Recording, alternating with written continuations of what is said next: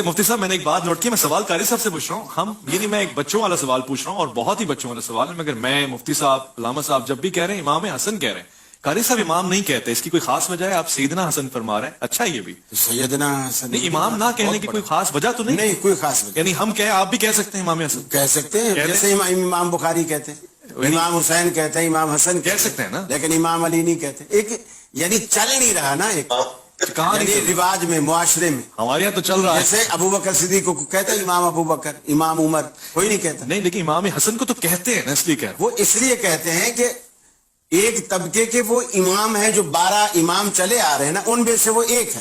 آپ کے بھی امام ہیں جی جی, حضرت علی امام کا. دیکھیں اس معنوں میں جو آپ پوچھ رہے ہیں نا کہ کیوں, تو اس کا میں نے جواب دیا کہ ایک طبقے کے وہ باقاعدہ امام ہیں جس طرح 12 سلسلے چلے آ رہے ہیں. ماشاءاللہ. سب سے پہلے تو آیت تطہیر سورۃ الاحزاب کی آیت نمبر 33 ہے. اعوذ باللہ من الشیطان الرجیم, بسم اللہ الرحمن الرحیم.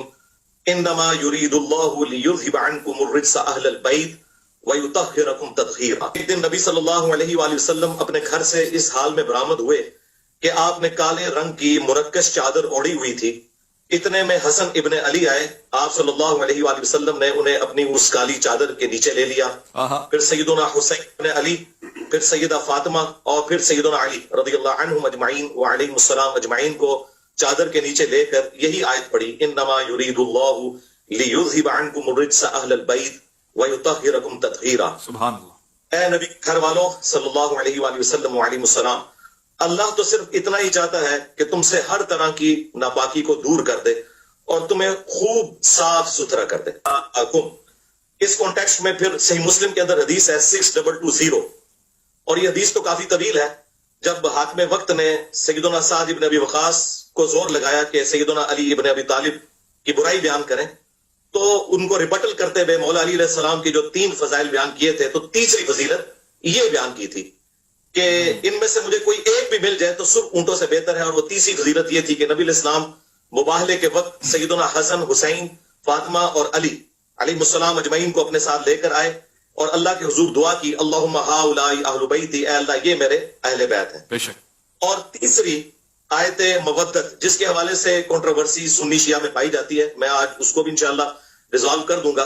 قل لا اسألکم علیہ اجرا الا المودۃ فی القربى, سورہ شورا کی آیت نمبر 23. اس کے حوالے سے صحیح بخاری میں ایک حدیث ہے, ابن عباس کا قول ہے, وہ اس آیت کی تفسیر یوں کرتے تھے کہ نبی علیہ السلام کے جو مخالفین ہیں انہیں یہ کہا جا رہا ہے کہ نبی علیہ السلام کی قرابت داری کا خیال رکھو, لیکن جو تابع تھے نا سعید ابن جبیر, وہ اسے اہل البیت پہ فٹ کرتے تھے.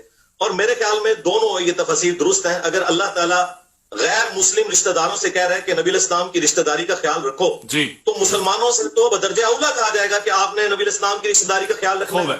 اور اس کو سپورٹیو جو ہے وہ صحیح بخاری میں سیدنا ابو بکر صدیق رضی اللہ تعالیٰ عنہ وعلیہ السلام کا قول ہے, صحیح بخاری میں 3751 نمبر. وہ کہتے ہیں کہ محمد کے قرب کو محمد صلی اللہ علیہ وآلہ وسلم کے اہل البیت کے قرب میں تلاش کرو. یہ حدیث اس بات پر گواہ ہے کہ قل لا اسألکم علیہ اجرا الا المودۃ فی القربى کی تفسیر جو محبان اہل بیت نے بیان کی ہے وہ بالکل درست ہے. پھر غدیر قوم کی حدیث جو مسلم شریف میں اوپر تلے 4 حدیث ہیں 6225 سے لے کے 6228 تک, ان میں بھی نبی علیہ السلام نے قرآن اور اہل البیت کے ساتھ اس نے سلوک کرنے کا حکم دیا.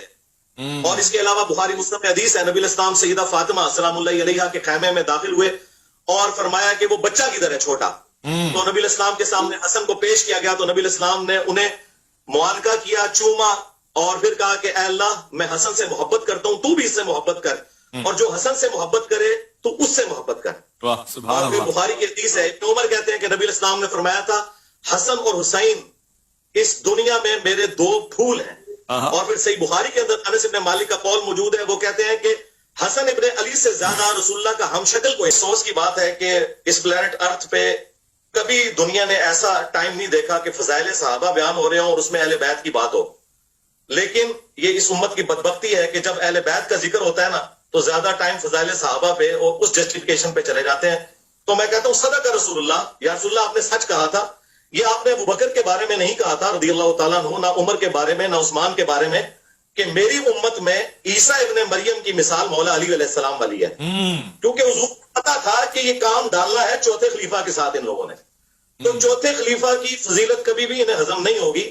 یہ بات حضور کو پتا تھی. مسند احمد میں حدیث ہے, المعجم الکبیر طبرانی کے اندر اور مشکات کے اندر, کہ علی تیری محبت میں غلوف کر کے جو ہے وہ گمراہ بھی ہوگا ایک فرقہ اور جہنم میں جائے گا, اور تجھ سے بغض رکھ کے بھی ہوگا. اب ہم نے محبت والے تو ہمیں ماشاءاللہ بچپن سے پڑھائے جاتے ہیں. یہ بغض والے کون سے؟ بغض والے وہ ہیں جو کہ محبت والوں کا رد کر رہے ہوتے ہیں. ان کے اندر پھر وہ اتنا غروب آتا ہے کہ انہیں چیزیں ہضم نہیں ہوتی. جیسا کہ ان کو کہا تھا, صحیح. جب رسول اللہ علیہ وسلم سے کہا گیا تو آپ نے فرمایا, فاطمہ کیا تو یہ پسند نہیں کرتی کہ جس سے تیرا باپ محبت کرتا ہے تو بھی اس سے محبت کرے؟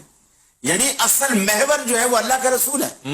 یعنی اپنی بیٹی سے بھی کہا کہ میں بھی عائشہ سے محبت کرتا ہوں, لہذا تو دوسروں کی سفارشیں نہ لا, تو بھی اس سے محبت کر. صحیح. اب یہ جو بات کی صحیح بخاری میں جو مولانا صاحب نے حدیث پیش کی کہ نبی علیہ السلام سے جب پوچھا گیا سب سے بڑھ کر محبوب کون تھا, تو سب سے بڑھ کر محبوب بیوی سے بھی پوچھ لیں. سیدہ عائشہ کے بارے میں المستدرک بالحاکم کے اندر حدیث موجود ہے. اما عائشہ سے کسی نے پوچھا بتائیے کہ نبی علیہ السلام کو اپنے صحابہ میں سب سے بڑھ کر محبوب کون تھا, تو انہوں نے کہا کہ فاطمہ سلام اللہ علیہا. بخاری مسلم میں حدیث ہے, فاطمہ میرے جگر کا ٹکڑا ہے. جب انسان کسی کی فضیلت بیان کرتا ہے نا تو اولاد کے بعد ہی اس کا ذکر کر رہا ہوتا ہے, یہ انڈرسٹوڈ ہوتا ہے. گھر والے پہلے نمبر پہ ہوتے ہیں. پھر انہوں نے پوچھا نہیں مردوں میں بتائیں, تو انہوں نے کہا کہ مردوں میں فاطمہ کا شوہر علی ابن ابی طالب جو کہ کثرت سے روزے رکھنے والے اور شب بیداری کرنے والے تھے. الحمدللہ یہ میری ماں نے بیان کیا ہے, سلام اللہ علیہا. تو یہ سارے فضائل ہیں, لیکن ہمیں دیکھنا چاہیے کہ جب اہل البیت کی بات ہو تو ہم اسپیسیفکلی اپنی گفتگو کو اس پہ رکھیں, وہ دوسری طرف نہ ہم چل پڑیں. وہ ہمیں ضرورت نہیں ہے. وہ فضائل صحابہ ماشاءاللہ پچھلے 1000 سال سے فضائل صحابہ کانفرنسز ہو رہی ہیں اور بڑا ذکر ہو چکا ہے اللہ کے فضل سے اس کے اوپر. اس وقت جو ہے اہل بیت کے حوالے سے کوشش ہے کریں کہ بھئی اہل بیت کے ساتھ جن لوگوں نے ظلم کیا, اہل بیت کے بارے میں تھا کہ میں تمہیں خوف دلاتا ہوں, میرے بعد ان کے ساتھ اس نے سلوک کرنا. غدیر کی حدیث میں تو اہل بیت کے حوالے سے ہمیں سینسٹیو ہونا چاہیے. یہ حدیث حضرت علی کے بارے میں ہے. اور آخری میں حدیث بیان کروں جس کی 32 اسناد موجود ہیں جامع ترمذی میں. جی. ایک تو ہے اللہ کا محبوب, جی. ایک ہے اللہ کے محبوب کا محبوب. جی. نبی علیہ السلام کے سامنے ایک بھونا ہوا پرندہ لایا گیا, اسے حدیث طائر کہتے ہیں. نبی علیہ السلام نے کہا اے اللہ میرے ساتھ اس شخص کو بھیج کے پرندہ کھانے کے لیے جو اس مخلوق میں سب سے بڑھ کر تجھے محبوب ہے. اللہ اکبر. تو سیدنا علی رضی اللہ تعالیٰ عنہ تشریف لے آئے اور پھر ساتھ بیٹھ کے بھنا ہوا پرندہ کھایا. تو ایک اللہ کے محبوب ہے اور ایک اللہ کے محبوب ہے. الحمدللہ. تو فضائل سب کے ہیں, لیکن جب ہم آج بات کر رہے ہیں تو انشاءاللہ صلح حسن میں بھی انشاءاللہ جب آپ سوال پوچھیں گے تو میں انشاءاللہ صلح حسن سے بھی پردہ اٹھاؤں گا کہ صلح حسن کی آڑ کے اندر جس طریقے سے امام حسین علیہ السلام کی شخصیت کو ملائن کیا جاتا ہے, حضرت علی کی گستاخیاں کی جاتی ہیں, تو میں اس صلح کا بالکل پول کھولوں گا بخاری, ابو داؤد, ترمذی کی روشنی میں انشاءاللہ حقائق پبلک کے سامنے رکھوں گا, لیکن جب آپ سوال کریں گے تب انشاءاللہ. انجینئر صاحب نے اگرچہ ہمیں نام نہیں لیا کسی کا, لیکن ٹارگٹ تو کیا. اس میں یہ کہ انہوں نے یہ بات چھیڑی کہ جب فضائل اہل بیت کی بات ہو تو یہ خواہ بیچ میں صحابہ کو گھسیڑ کر اس سے جو ہے وہ علیحدگی کا اختیار کرتے. تو کیا یہ کام انہوں نے آج نہیں کیا کہ یعنی صحابہ کی تعریف ان کو برداشت نہیں ہوئی اور اس کو تنقید کا نشانہ بنا موضوع امام حسن یہ کوئی موضوع میں یہ کوئی شرعی حکم ہے آج کے دن صحابہ کی تعریف نہیں ہوگی, صرف حضرت حسن کی تعریف. دیکھیے حضرت حسن کہ جو جس نظریے پہ اور جس موقع پہ آپ نے یہ سلو فرمائی ہے, یہ حضرت امام حسن کی آپ فتح بھی اس کو کہہ سکتے ہیں. بے شک یہ امام حسن کی ہی فتح, کیونکہ جو اپنی شرطیں منوا جائے لکھا کے کہ یہ میری طرف سے پھر شرط ہے, فتح بھی تو پھر اسی کی ہوئی نا. معاملہ یہ ہے کہ اصل میں امام حسن علیہ السلام کی میری طبیعت, آپ 10 دن سے میں آپ کے ساتھ ہوں, آپ جانتے ہیں بڑی رواداری والی, کبھی میں بات نہیں کرتا. میں سمجھتا ہوں امام حسن علیہ السلام کائنات کی مظلوم ترین شخصیت ہے. امام حسین علیہ السلام کے قاتلوں کو اور ان کے ساتھ زیادتی کرنے والوں کو تو ہم نام لے کے بھی کئی کچھ کر دیتے ہیں, لعنت بھی کرتے ہیں, اور ان کے لیے ہم کہتے ہیں ہاں جی برات کا. امام حسن علیہ السلام وہ مظلوم شخصیت ہے کہ کہاں ان کا, کس جگہ پہ ان کا خون تلاش کریں. معاملہ یہ ہے کہ امام حسن علیہ السلام کی جو شرائط تھی نا آپ نے لکھوائی, اصل میں آپ کی یہ بصیرت تھی, آپ نے یہ ایسا اقدام کیا کہ قیامت تک آنے والی نسلیں جو ہیں وہ ان لوگوں کی حقیقت کو جان لیں جن لوگوں کے ساتھ ہم نے یہ شرطیں طے کی ہیں. میں یہ عرض کرتا ہوں اگر کوئی یہ کہے کہ وہ جی آپ تو تاریخ کی بات کر رہے ہیں, ہم حدیث کی بات کر رہے ہیں, معاملہ تاریخ کا یا حدیث کا نہیں ہے, معاملہ راویوں کا ہے. مثلا حضرت سیوطی ہیں یا ابن کثیر ہیں, وہ اگر حدیث کی کتاب لکھیں تو پھر ٹھیک ہے, اور اگر وہ کوئی تاریخ کی لکھ دیں تو پھر غلط ہے. اسلامی تاریخ کی اس سے بڑی توہین اور بھی کیا ہوگی کہ یہ کہہ دینا ہم نہیں مانتے تاریخ کو. معاملہ ہے حقیقت کا. دیکھیے سارے راوی نہ ہی حدیث کی کتابوں میں ہم کہتے ہیں کہ یہ بات معتبر ہو گئی ہے, اور اسی طرح بات حدیث کی کتاب میں ہو یا تاریخ کی کتاب میں ہو, معاملہ راویوں کا ہے, کتاب کا نہیں ہے. حضرت امام حسن علیہ السلام نے یہ جو صلح فرمائی ہے, اس کو آپ اگر توجہ سے ہم دیکھیں تو کون نہیں جانتا کہ امام حسن علیہ السلام کو, آپ کو پتا تھا یہ, اور میں یہ بھی عرض کر دوں کہ یہ جو ہم نے لکھوایا یہ پورا ہونے والا نظر بھی نہیں آ رہا, لیکن آپ نے, میں یہ سمجھتا ہوں قیامت تک کے لوگوں کے سامنے بات رکھی ہے کہ یہ حقیقت شاید جنگ میں عیاں نہ ہو سکتی جو آپ نے صلح کر کے عیاں فرمائی. کہ صلح ہوتی کیا ہے؟ صلح کا مطلب یہ ہے کہ دونوں طرف کی پارٹیز نے اپنا موقف رکھا اور کنسنسس کے ساتھ کوئی ڈاکومنٹ تیار ہوا. صلح ہوتی ہی اس وقت ہے جب شرائط طے پا جائیں. صلح حدیبیہ کے اندر کیا شرائط طے پائی نہیں تھی؟ اگر شرائط نہ ہو تو صلح نہیں ہوتی ہے, پھر تو ایک بندے کی جیت ہوتی ہے دوسرے کی ہار ہوتی ہے.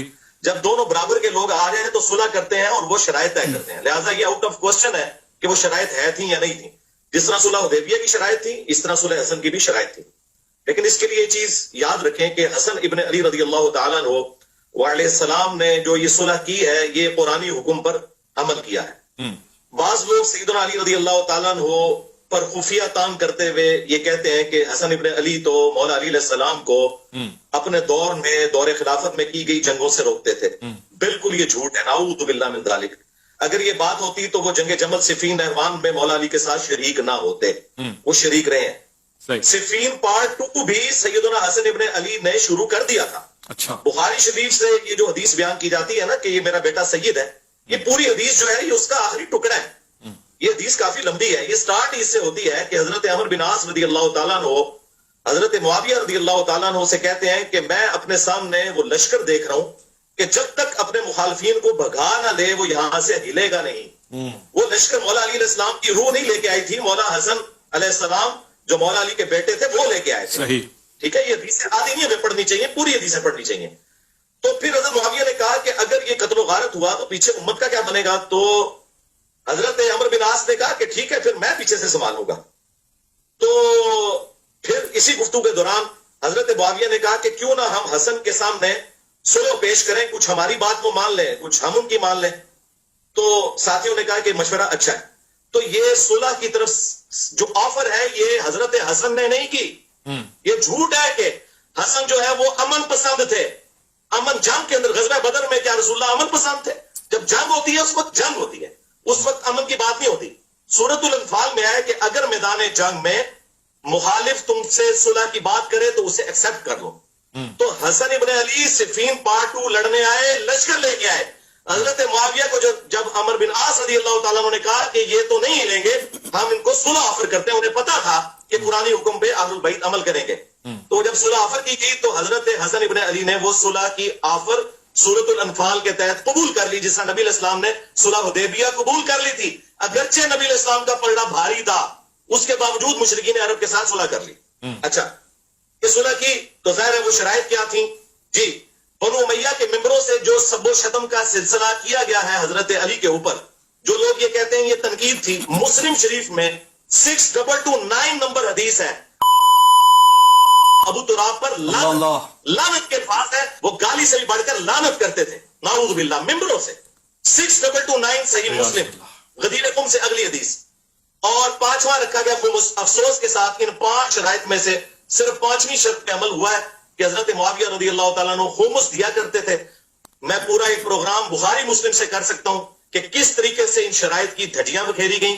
سب سے بڑی بات یہ ہے کہ حضرت حسن ابن علی کو زہر دے کے قتل کیا گیا. مصنف ابن ابی شیبہ میں آتا ہے کہ انہیں زہر دے کے شہید کیا گیا 47 ایئرز کی ایج میں.